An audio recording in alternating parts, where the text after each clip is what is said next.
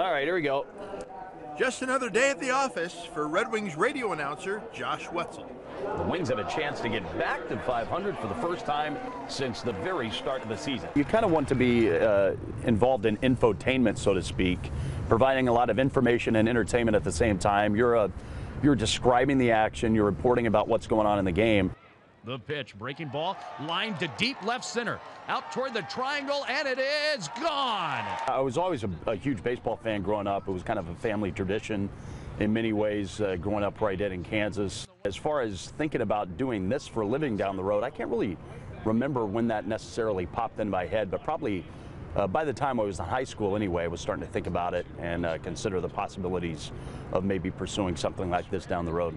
That's when life threw him a curveball. I got diagnosed with a form of cancer when I was going into my senior year of high school, and it was a ganglioneuroblastoma is what it's called, and it basically involved my lung, and my entire lung was removed, and so it was a little bit of a challenge my senior year of high school and freshman year of college to get through things. And I have half as much lung power as the average person, so I get a little bit winded a little bit easier than probably the average person. So it's pretty easy to keep in mind that this did happen to me on a daily basis. But you know, I think I probably didn't appreciate how fortunate I was. His early struggle turned into an opportunity. I was interviewed on the local radio station about some experiences I had because of this, and the station manager said that, hey, you did a pretty good job. Would you like to try out for a part-time job at the radio station? And so that's kind of how this whole thing began, with a job at the radio station in my hometown.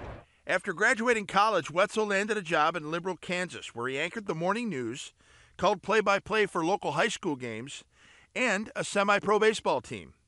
That job led to minor league baseball stops in Albany, Georgia, Kinston, North Carolina, Binghamton, New York, and eventually Rochester, where he's become the longest tenured broadcaster in team history.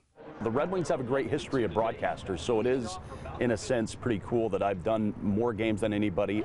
The games are still the best part about it, and seeing guys that you know are going to be really successful at the next level, that's the best part about it for me.